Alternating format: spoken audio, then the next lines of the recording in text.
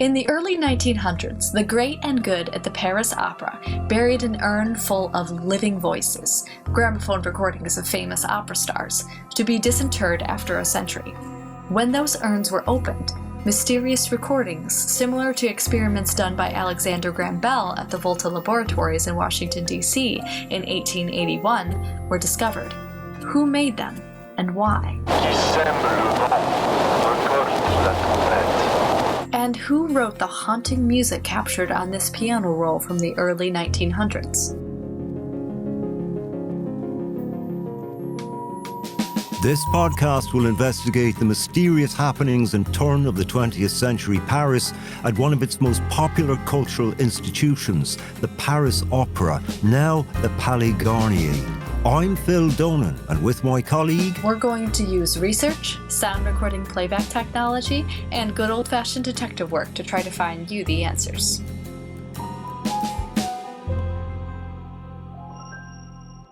I'm really starting to get into this. You don't think it's too dramatic? No, because I always seem to come in and undercut it with humour. Yes, you do. Doth you protest too much, methinks? Well, that's not good grammar at all. So, welcome back to the Shattered Podcast. Indeed, welcome to our crazy world. Hey, I'm not crazy. Neither am I. You just said. I mean, our investigations are a little arcane and eccentric, but irresistible. Maybe now is a good time to lay out the facts as we know them. Good idea. We have now 4 cylinder recordings, consistent in design with ones that Alexander Graham Bell was working with in Washington, D.C., round about 1881. 2 were discovered in the urns underneath the Paris Opera, and 2 had been squirreled away in archives, but they may also be from the same original source. We don't know who the 2 men are on the recordings, but one is named Eric and the other is called Deroguet. Seems likely that Eric invented this kind of cylinder recording, in which case we really do want to know more about him. As he may also be a composer of some note or new one. Someone connected with these recordings is responsible for a piano roll of a song we now know is Charlotte's Song from an opera called Don Juan Triumphant, which was recorded, we think, around 1902 by Christine Daae, a minor opera singer, on a gramophone disc. It's also somehow connected with Count Philippe de Chauny, a French nobleman who disappeared in the late 19th century. That is more or less what we know, and it is all-consuming. My contract on the particular digitization project I'm working on for jointly the BNF and the Palais Garnier will be coming to an end in a few weeks, but I have to find some way to stay in Paris. I have to see this thing through to the end. Intriguingly, I had an email a few days ago from someone at the Library of Congress. They said someone who had been listening had gotten in touch with them, and they tipped us off to a very rare recording in their collections which had been digitized by the group oursounds.org and had been made public domain by them, which is great. Maybe you'd better explain this part. I don't think I really understand the whole thing, you know. What this digitized recording is of, it's not the oldest sound recording, but it is still a very early one. And as Phil said, it's also extremely rare, the only known one of its kind.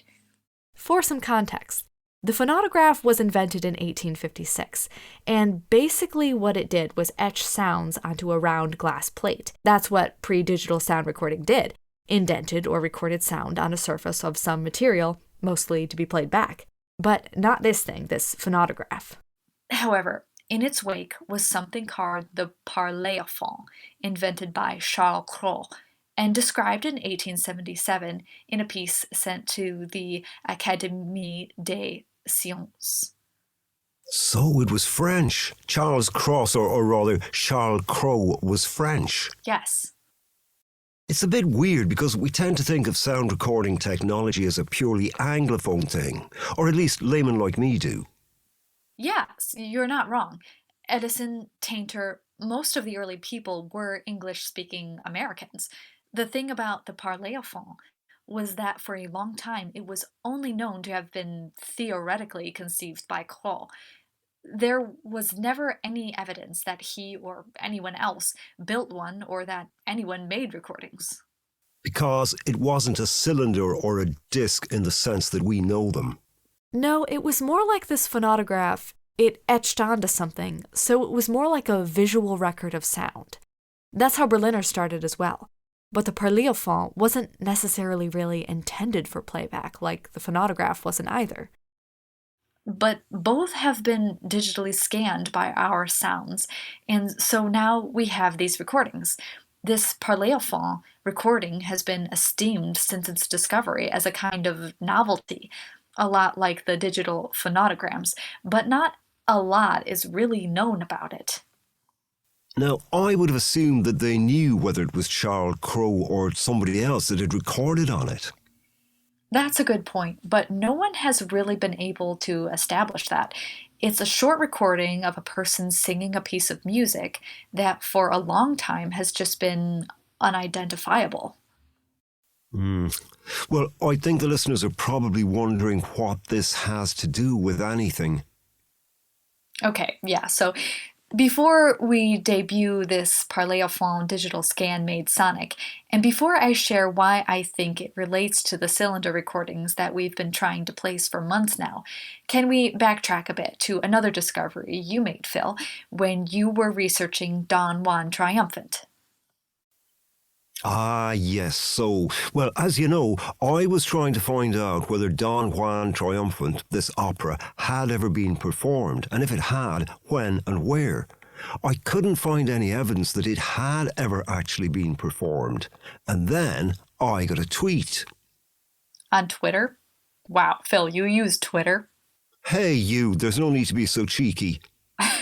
Well, you are ancient enough to know what microfilm is. I'm not ancient. Okay, no, you're not. Well, this tweet was from a gentleman named Michael Charles. He's, what's the term?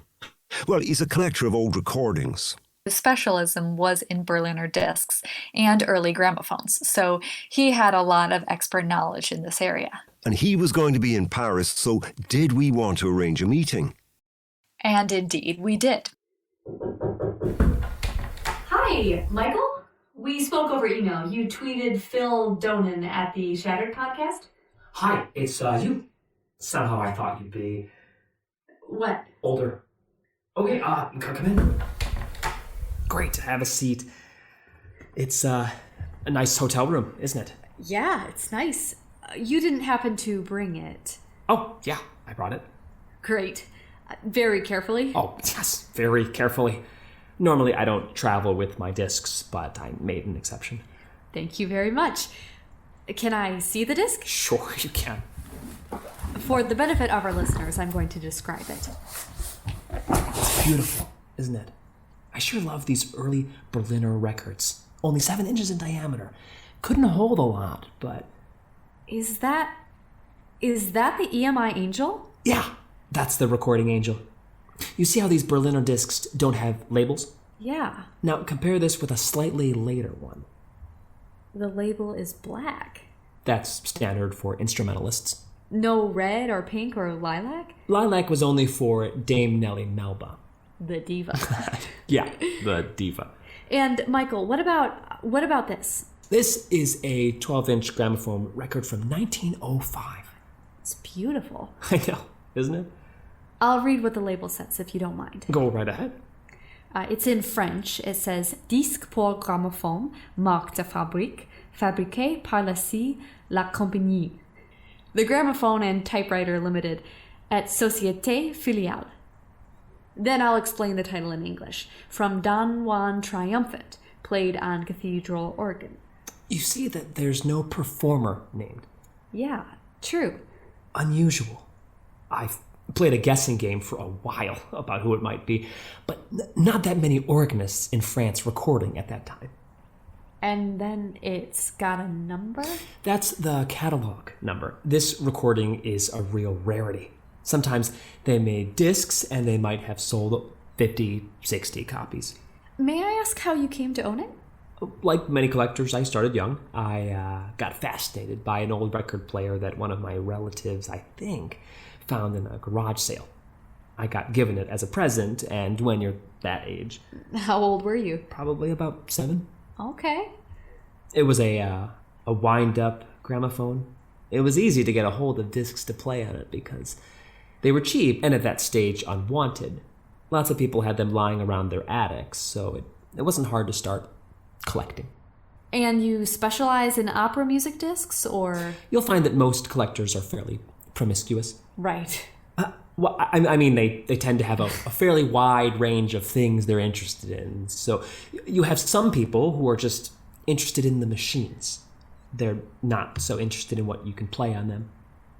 But that doesn't describe you. No, not at all. I'm interested in lots of different music styles from mainly turn of the century, but through the 1930s. Do you know what cathedral organ this was recorded on? No, it's an unusual case. There weren't supposed to be any early gramophone records with church organs on them. The usual thing was a chamber organ or harmonium. There was even a trio recorded from Haydn's Creation, accompanied by a harmonium. Okay. Joseph Haydn, father of the symphony. You know, this beautiful and majestic piece of music called The Creation. And a harmonium it's kind of a portable organ. It wheezes like you have in your home. That's pretty eccentric. But this is the icing on the cake. I like it a lot, but I've never heard anything like it. Did the title ever strike you in any way? Don Juan Triumphant? Yeah. I guess what surprised me at the time was that I thought from the title, the triumphant part, that it was going to be some kind of march type thing, but it's not like that at all. But it is very powerful. It's difficult to describe. And sure, I did try to trace the opera, but I never could find much about it. It's great and all, a real rarity, like I said before, but it's part of a set of overall unusual recordings, not at all your standard run-of-the-mill recordings from this era. So it's just one of the great things I've had the good fortune to be able to collect over the years. Well, Michael, I was told that the collecting community was a very generous one, and I've certainly found that to be the case with you. Thank you so much for sharing this with us. You're very welcome. So I offered to digitize that disc of Michael's, but he already had a digital version, which he'd made himself, using a microphone attached to the arm of his gramophone, which he was kind enough to share with us. Really generous of him. I know, right? We're going to make that piece of music on that gramophone available to you to listen to very shortly. And I, for one, can't wait to hear it. But I just want to point out the significance of the title, which I spoke to Michael about a little. The Overture to Don Juan Triumphant, another piece in this musical puzzle. Linking back to the recording, we think of Christine Daae singing La Chanson de Charlotte. And to the player piano transcription, attributed in the music library to M. Giry. Again, not that common of a surname. So it remains to be seen, but it is possible that a Madame Giry, responsible for the manufacture of this gramophone, is involved somehow with Christine Daae. And Count Philippe de Chagny. And Eric and Deroguet, the voices on our Volta Lab cylinders. I feel like we're getting so close to making a big discovery here, Nemo. I really do. So your online handle is Nemo. Yes.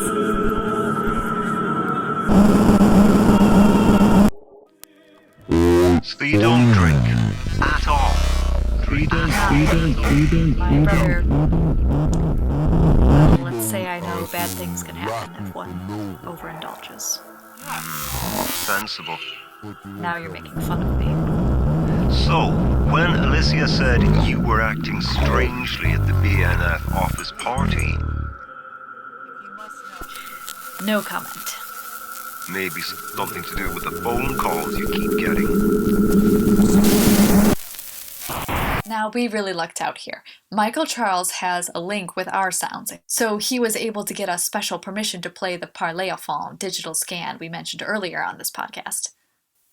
Really, really exciting. And so generous of him. I can't say enough good things about him and his colleagues. You know, sound recording collectors are so kind-hearted, really. They seem to be. Not like academics, I can tell you. Phil has heard it already, but I haven't, so I'm quite excited. Well, I'll just say it may not provide more answers than questions, but it's an experience. So here is the Parler-à-Fond digital scan.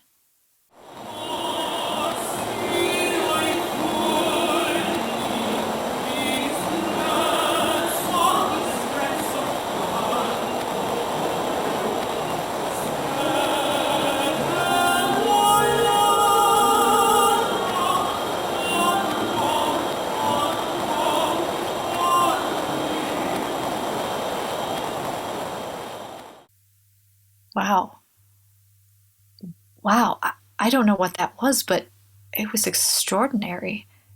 It's an aria from an opera by Bellini. It's got some of the highest notes for tenor in the opera repertoire. Do you know what he's saying? Well, I think this part corresponds to the libretto. I defy lightning, I despise fate, something like that. Well, I'd have to go back to my books on opera and all that kind of stuff. Dude A, is this Eric? Dude, you tell me.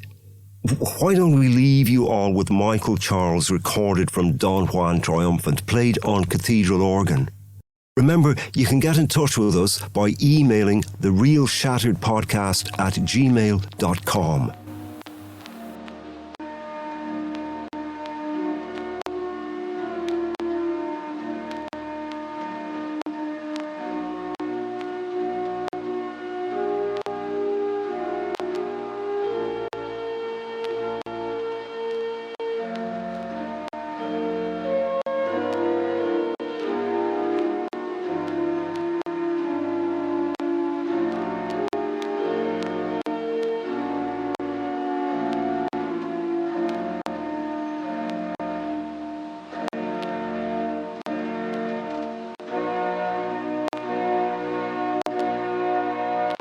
The Shattered Podcast is hosted by Nemo and Dr. Phil Donen, with theme music by Katie Seaton.